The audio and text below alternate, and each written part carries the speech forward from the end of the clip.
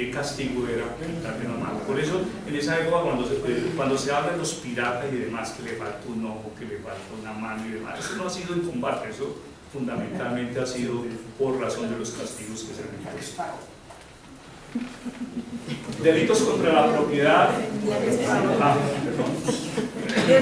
De los delitos que atentan contra la monogamia y el matrimonio, la bigamia. La bigamia hasta ahora el año 2000 dejó de ser delito, desde esa época. El amancebamiento, es decir, la unión libre, lo que conocemos como la unión libre, que se llamaba barraganía. Era delito. Continuó siendo delito en la legislación colombiana. En 1890, el Código Penal de 1890 era delito. ¿Sí? Ya hasta el año de 1936 fue delito. Lo mismo que la homosexualidad, por ejemplo, fue delito hasta el año de 1980. Y se le llamaba el delito nefando o la bestialidad. El incesto, el estupro fue delito hasta el año 2000. La lujuria era otro delito. La alcahuetería, que es lo que llamamos los enemismos. Y ahí tenían penas, muertes y evasión. Las infracciones de ausencia de los maridos establecía la obligación en ocasiones de forma coactiva de volver a cohabitar con sus esposas. Eso les salió mucho.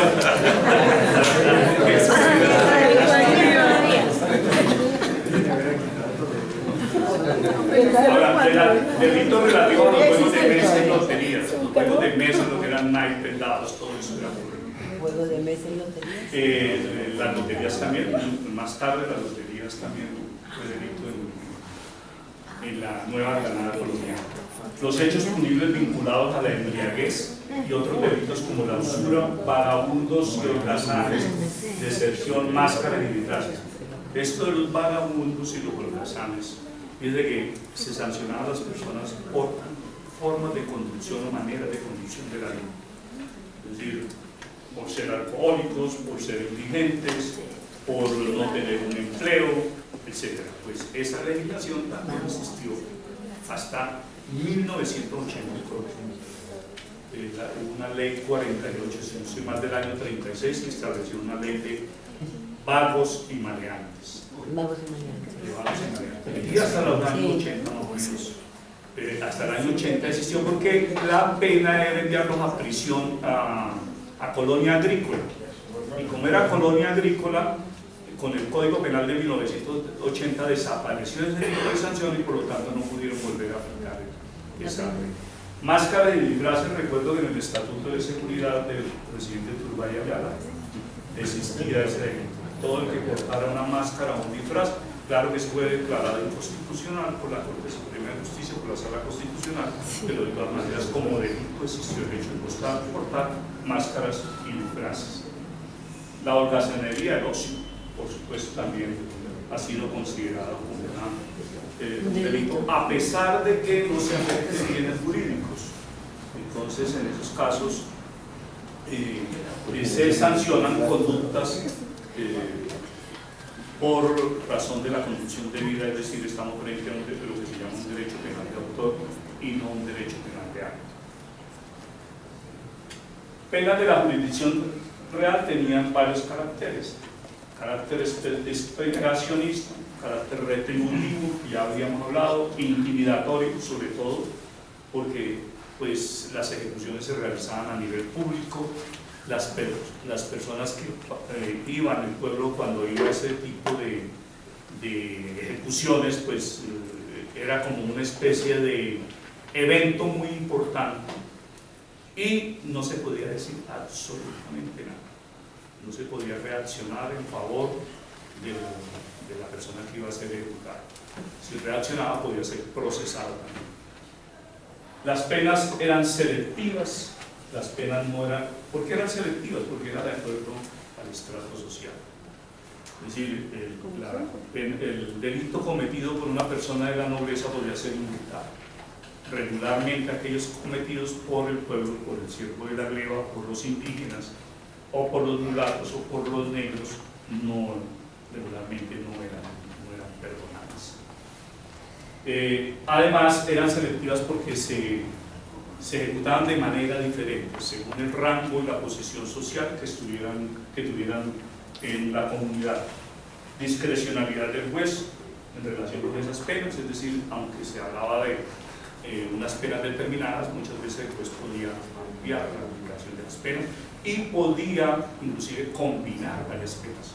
Hoy en día tenemos esa figura, entonces podemos aplicar una pena principal o dos penas principales, por ejemplo prisión y multa, pero al mismo tiempo aplicar otras penas accesorias.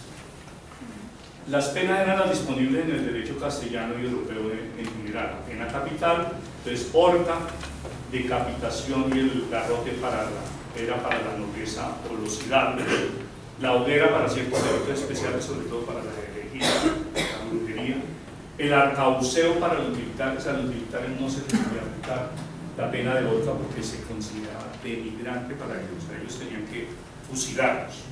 El asaetamiento atado con flechas y lanzas, y otra forma era la rueda, colocar a la persona en una rueda, ya infligirle heridas y dejarlo a que se lo comieran las aves de rapiña. La pena capital se aplicaba por delitos como la traición, la falsificación de moneda, formas agravadas de homicidio, hechicería, levantamiento, sedición, matar o herir a diferentes oficiales de la corona.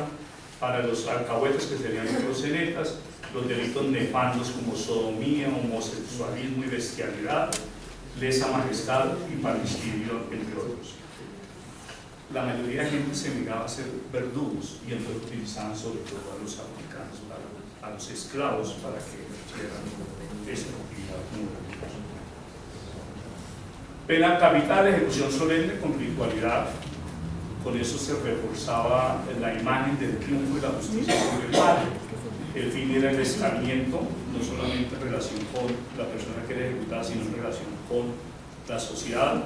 Era una forma de enviar un mensaje simbólico y decirle: mire, si usted hace lo mismo, y esto lo estamos utilizando hoy en día, por eso los medios de comunicación y demás, se condenó a fulano de tal, a este señor Uribe que asesinó a la niña Zambonilla a tantos años, y ojalá la pena más alta. Y con todo eso, de pronto alguien sale diciendo: no, esa pena es muy poquito, debió haber sido más, cuando es imposible colocar una superior. Teatralidad, dice Foucault, es una época de la teatralidad donde se somete el cuerpo. Y viene después la sobriedad punitiva con la Revolución Francesa. ¿Por qué la sobriedad punitiva? Porque la Revolución Francesa establece el principio de igualdad, y lo primero que dice una asamblea constituyente es que todas las personas que sean condenadas a la pena de muerte se ejecutarán de una manera igual, sin ningún distingo social. ¿Y cuál fue la forma igual? Guillotina. Que digamos que es algo que suena muy drástico, pero que en su momento, y hay que mirarlo desde el punto de vista histórico, porque esto todo hay que mirarlo en su época. Es decir, claro, si lo miramos con los ojos de hoy es para decir un horror, pero hay que mirarlo también de acuerdo al desarrollo de la sociedad. La guillotina en su momento representó, curiosamente, un avance en la aplicación de las penas. La pena capital, entonces, antes se humillaba al reo por medio del recorrido por las vías y plazas más concurridas, luego era conducido por una comitiva, siempre había un escribano que dejaba constancia de lo que se realizaba, dos comisarios, el verdugo, un pregonero que iba leyendo la sentencia, un clarín, un tambor que lo anunciaba, una guardia compuesta generalmente de un cabo y 4 o 5 soldados que pertenecían a la guardia de palacio, y un clero. Normalmente iban sacerdotes. Eso fue una práctica en Europa, por si la persona, por el expiacionismo, quería en ese momento ser perdonado desde el punto de vista espiritual. Entonces, tenía una cita con la justicia humana, pero también tenía una cita, que es el simbolismo, con Dios. Y entonces él diría si se confesaba o no se confesaba, si pedía perdón o no pedía perdón. Hubo un caso me recordaba ahora, el doctor Daza, de François Damiens, que atentó contra un rey en Francia, y él nunca quiso dicho, a pesar de que había sido jalado, desmembrado por caballos y un verdugo que le quitó los brazos y las piernas. Eso está en la edición de Vigilar y Castigar de Foucault. Esa es la parte introductiva. Ahora, fíjense cómo era la ejecución de las sentencias. Había una distinción. Los nobles iban en bestia de silla, es decir, a caballo, en una silla además pomposa, y los plebeyos en bestia de albarda, es decir, en burro, en asno, y los militares también. Entonces, todo eso representaba un simbolismo. De acuerdo al nivel social de la persona, así mismo se aplicaba la justicia. Pero algo que rige hoy en día también, había en el proceso de aplicación de la ley penal, los de mayor estrato social tenían menos posibilidades de ser perseguidos penalmente. Hoy en día también sucede eso. Hoy en día también se habla de que la justicia es para los hermanos. Entonces, los de abajo tienen mayores posibilidades de que se le aplique la ley penal que los de estrato social alto. Al finalizar el recorrido era regresado a la Plaza Mayor en la que estaba localizado el patíbulo. Los ministros debían vestir traje de gala, la garnacha, montar en caballos ataviados con estribos de fierro.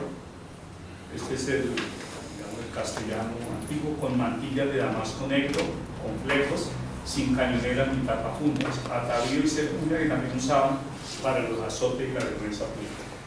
La población en general participaba activamente asistiendo a ese acto, gritando improperio en algunos casos, y todos tenían fácil acceso a ese sitio, es decir, sí les permitían los improperios, pero no que fueran en favor del rey. Función principal del acto, el escarnio. Código Penal de 1890, que es el código de la regeneración de Núñez, donde hay pena de muerte, se sigue aplicando la misma ritualidad.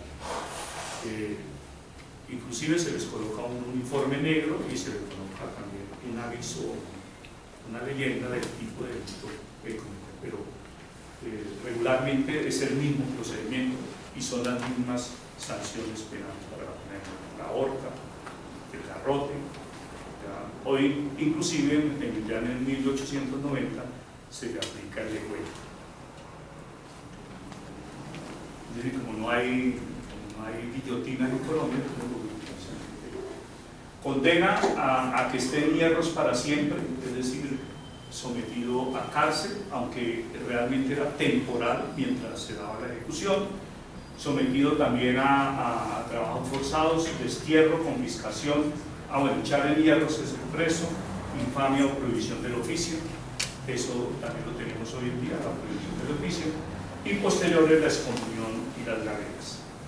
Penas corporales, condena a ser herido públicamente en la picota, a desnudarlo, haciéndole estar al sol untado en miel para que lo coman las moscas a alguna hora del día. Otra, la mata con hierro caliente. La baqueta, que era colocar 2 filas y todo el mundo le iba dando su palma. Y la vergüenza pública, multas. Penas corporales, las mutilaciones. Ya hablamos de eso en el caso, por ejemplo, de este mulato que se hurtó la custodia. La de azotes fue una de las más generalizadas y aplicadas, porque quienes más sufrieron los azotes fueron los negros, que estaban esclavizados. Penas privativas de la libertad era excepcional, las galeras, el presidio. Entonces el presidio se cumplía en instalaciones de tipo militar. El presidio también existió en Colombia. ¿Hasta qué año, doctor? Como hasta el 80. Hasta el 36. No, lo quitaron en el 80. Y el presidio en Colombia era en la isla Borbón, es decir, donde habían condiciones mucho más difíciles y había incomunicación, era para los delitos más graves. Los arsenales eran aplicables a los peores delincuentes. Los arsenales eran donde tenían toda la munición y explosivos de los españoles, y entonces los llevaban allí a que realizaran una serie de trabajos que eran muy difíciles y eran condenados además a permanecer ahí como se decían ellos, sin sueldo. Penas pecuniarias fijadas de forma dispar sobre hechos heterogéneos, la cuantía se establecía de acuerdo a la fortuna del reo, según la gravedad del hecho ilícito. El destino era para la cámara u obras del rey, para la iglesia parroquial, para la casa de niños expósitos u otros de tipo ocasional.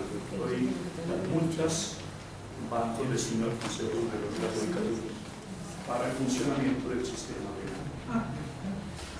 Las penas iban dirigidas, al fin de las penas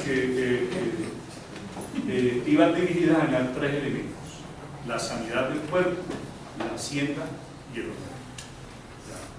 Hoy en día, pues, digamos que no hay penas corporales en nuestro país, pero particularmente, si ustedes vieron ayer lo que sucedió con Madame en Cartagena, entonces, y con Benjamín, eso, el hostal este de Israel, se están iniciando muchos procesos de extinción de dominio. ¿Por qué? Porque la política, sobre todo de Estados Unidos, ha sido de que hay que afectar sobre todo el dinero de las organizaciones criminales para que no tengan la capacidad económica de reponerse de manera inmediata. Entonces, eso hace parte de una política criminal del Estado de afectar. Fíjense que muchas veces inclusive no hay ni procesados, pero sí se interviene el Estado con la extinción de dominio. Monopolio de la monarquía o del gobernante, afianza el poder y su modelo político y social. Y la Iglesia también, gracias al concepto de delito pecado, había reforzado sus dogmas y proyectos de la fe cristiana. Ustedes saben que la Inquisición es una de las páginas tristes de la historia de la Iglesia y que inclusive el Papa Francisco ha pedido perdón por lo que se hubiera, por los excesos y los abusos que se hubieran podido cometer. Entonces, eso no lo podemos desconocer históricamente, por más de que estemos en una universidad católica. Seguridad proporciona sensación de seguridad, expiación del pecado, prevención general, espectacularidad teatral, que era la forma de comunicar pues, el control social. Un derecho desigual, ya lo dijimos. Bien. Los indígenas eran reconocidos como vasallos libres, pero se les sometió a la tutela real, es decir, ellos eran entregados a los encomenderos con el objeto de que los explotaran y los evangelizaran. Pero se les consideraba como imbéciles, incapaces de juicio poco firme, es decir, era una responsabilidad penal reducida, como una especie de semi-imputados. Pues hoy en día también en el artículo 33 tenemos esa situación de que los que tengan una diversidad cultural se le consideren imputables. Sin embargo, la Corte Constitucional hizo las alteraciones. No. Normalmente los indígenas, los aborígenes no son imputables. Lo que pasa es que tienen una cosmovisión diferente de tipo cultural y deben tenerse en cuenta la forma de pensar de ellos. Recuerden ustedes que hay una comunidad indígena, los Uwa, que considera que los géneros son una desgracia y los abandona. Desde el punto de vista de nuestro derecho penal, pues eso sería un abandono de niños, ¿cierto?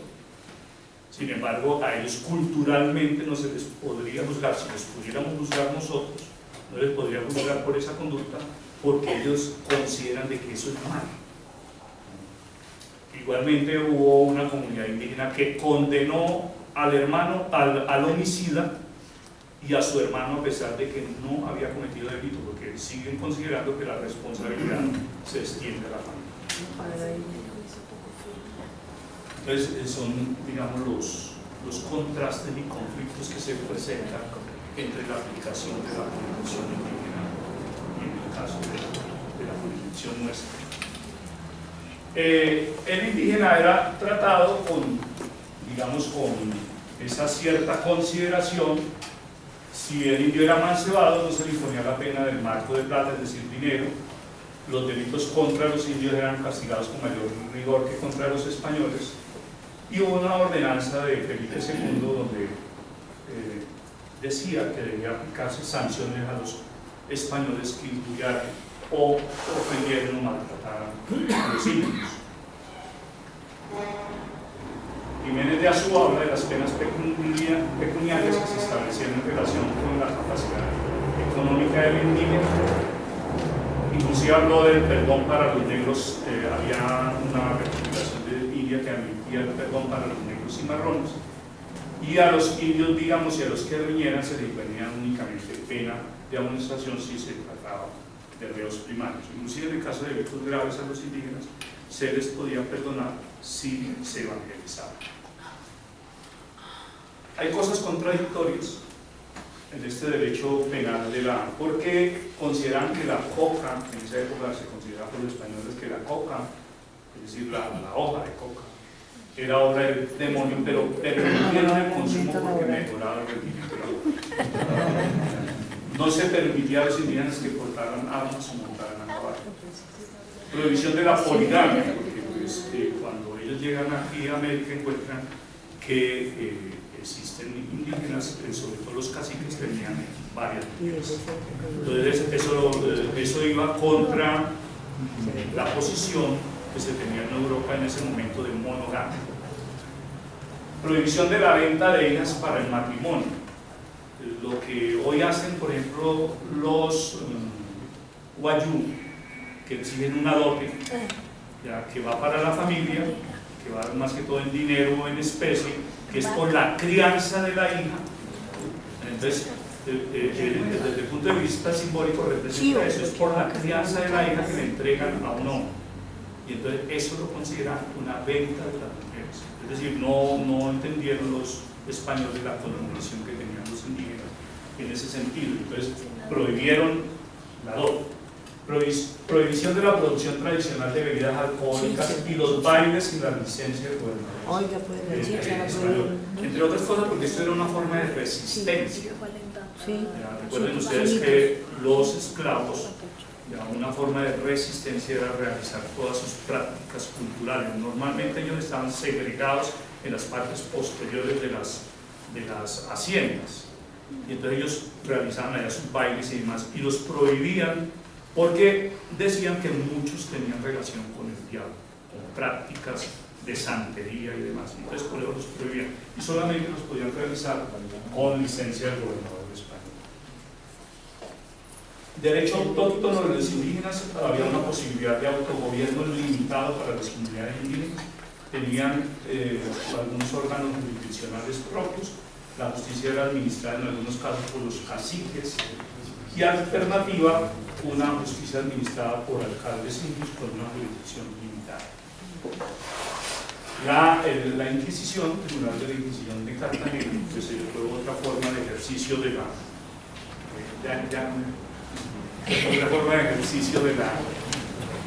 la justicia penal. No procedía contra los indios, procedía más que todo contra el extranjero, verdadero pirata, hereje y enemigo político.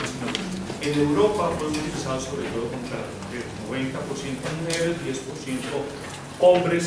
Dice Zaffaroni que fue una forma de dominar el 50% de la humanidad, dominar el otro 50% de la humanidad. En América fue diferente. En América realmente, aunque hubo casos de herejía y de hechicería, se habla más o menos de unos 5 o 6 ejecuciones mediante el uso de la hoguera. No fueron más. ¿Cómo se utilizó la Inquisición? Se utilizó sobre todo contra los extranjeros para evitar que vinieran, sobre todo los ingleses, franceses y demás, para que vinieran a estas tierras, y que además fueran una especie de competencia en el proceso de evangelización. Entonces fue utilizado más que todo por eso. Entonces las personas más que querían respirar de manera más que todo desterrados, enviados a Europa o enviados a islas del Caribe. Aquí hay una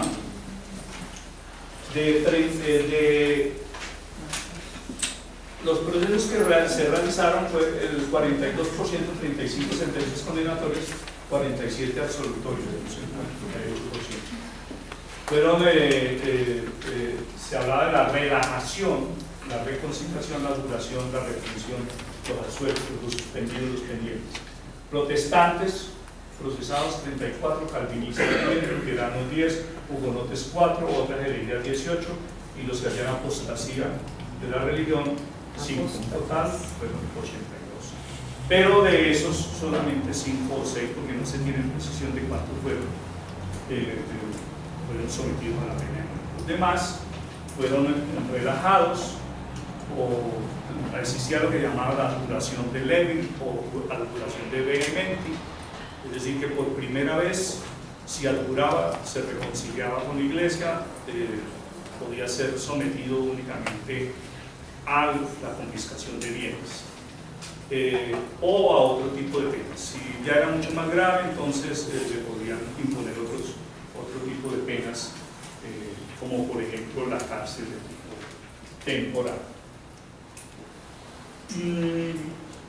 Bueno, estas eran las características de las personas que fueron procesadas, menores de 21 a 26 personas, la mayoría sabían leer y escribir, habían estudiado artes, gramática, retórica y cirugía, y muchos entendían muy bien el concepto religioso. Lo que pasa es que, claro, ustedes saben que existían discrepancias de tipo religioso en relación con Dios, la Virgen María y demás, y eso lo distanciaba, y eso significaba una herejía. El hecho de profesar una religión era una herejía.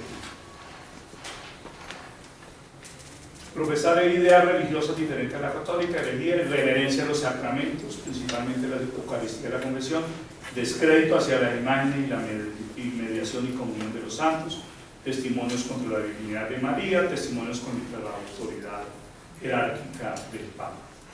Brujería, ocasionar males, la hechicería ya era magia, adivinación, curanderismo, que tenían que ver con salud, dinero y amor, superstición, creencia extraña a la fe católica, por ejemplo el tema de la guaquería, la suerte, lograr amansar o aquietar al ser amado, eso que sale hoy ahora en las caídas de tiempo, se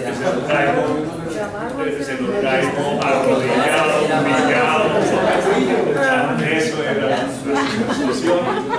La posesión y lectura de libros prohibidos, el hecho de leer, por ejemplo, una Biblia a la católica era considerada delito. La bigamia, la solicitación, cuando el sacerdote solicitaba favores sexuales de una persona que se confesaba. La blasfemia, afirmaciones injuriosas contra Dios, la Virgen, los santos y contra los símbolos sagrados. Y venía entonces las penas. Una era la relajación, donde la persona era entregada al brazo seglar, es decir, al brazo ya secular civil, para que impusiera la pena de muerte a través de la hoguera. Eso de la hoguera tenía un significado: destruir la simiente del mal. La mordaza, un instrumento que se colocaba en la boca de la persona que había expresado palabras de blasfemia o de injuria contra Dios o contra alguien de la iglesia. Pena de la Inquisición, destierros, comunión, confiscación, cárcel, arresto. Ya dije la duración de Beni, la duración de Beni, permitía la reconciliación, pero esa reconciliación podía ir unida al destierro, a la confiscación o a la vergüenza pública. La vergüenza pública era ejercida a través de penitencias como el San Benito. El San Benito era una túnica que le colocaban a la persona, donde le escribían qué tipo de delito había cometido, tenía que ir a misa determinados días, colocarse en determinada posición donde lo vieran todos los demás feligreses. Esa era una forma de expiación de una culpa. O la coroza, era un sombrero alto y de punta parecida al de los obispos que debían colocar a los condenados para su escarmiento ante todo el pueblo. Vergüenza pública, azotes, multas. Bien, con la venida de la independencia, pues el asunto cambia.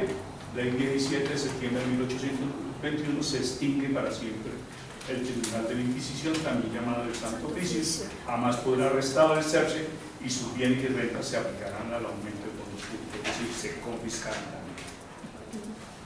Florecieron después la escuela clásica, la escuela positivista, que ya ustedes conocen bastante, pero entonces, y viene el nacimiento sobre todo de la prisión. El panóptico de Venta, claro, el doctor Estefano no habla de ventas, sino de Venta. Reclusión celular, control del arrepentimiento del preso mediante un severo aislamiento penitenciario. Museo Nacional es un panóptico, era un panóptico que se caracterizaba por tener una arte central donde tenía la posibilidad de ver 360 grados. Era las celdas únicamente separadas con barrotes que permitían esa visibilidad. También tenemos el de Ibagué, este es el de Ibagué, ¿ya? Entonces que hoy quedan pues como museos, como recuerdos de hoy. Ahí en ese panóptico del Museo Nacional estuvieron presos los de la guerra de los 10 días, estuvo Uribe y estuvo el fundador de la Universidad Libre,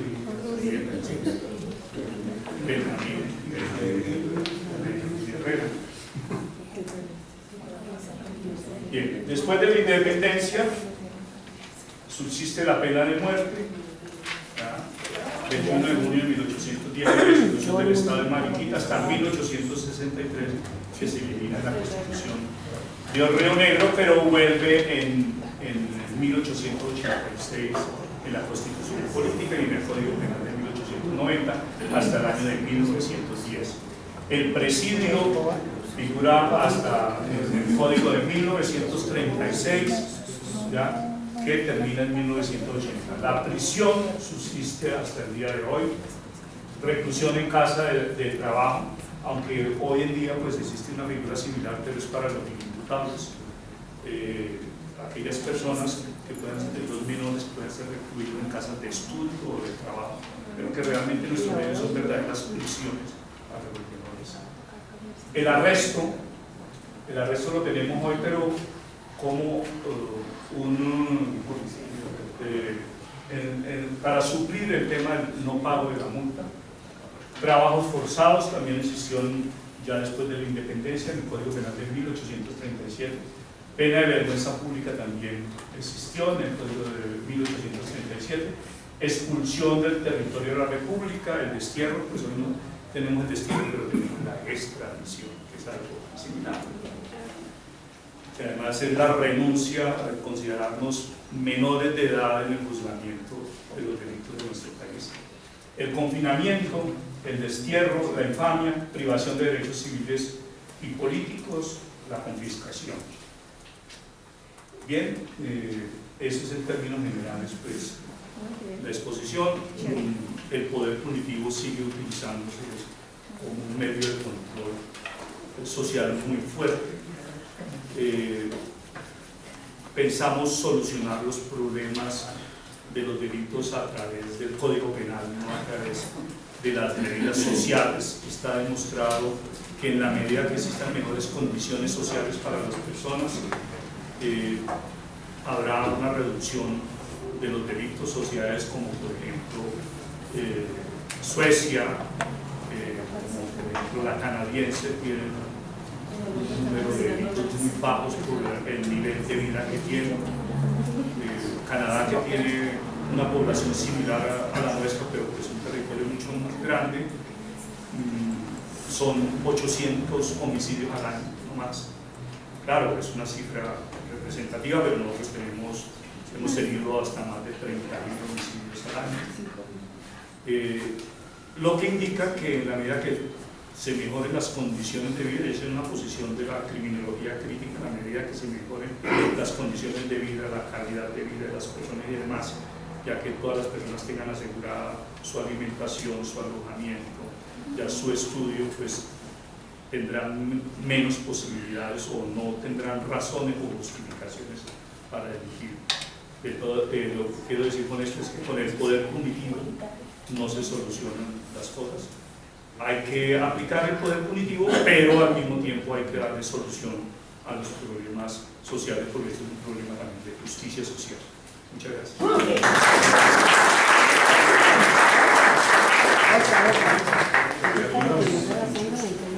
Sí.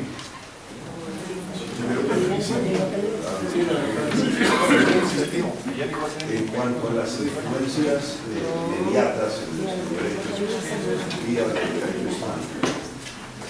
tradicionalmente, y tú también me dices, se habla mucho de la influencia del derecho romano y del canónico. Pero me parece que hay un punto que se suele dejar de lado y es la influencia del Magreb, es decir, el derecho arábico occidental. No olvides que los árabes estuvieron en España 700 años y dominaron el 90% del territorio. Y los romanos también. Y dejaron mucha influencia.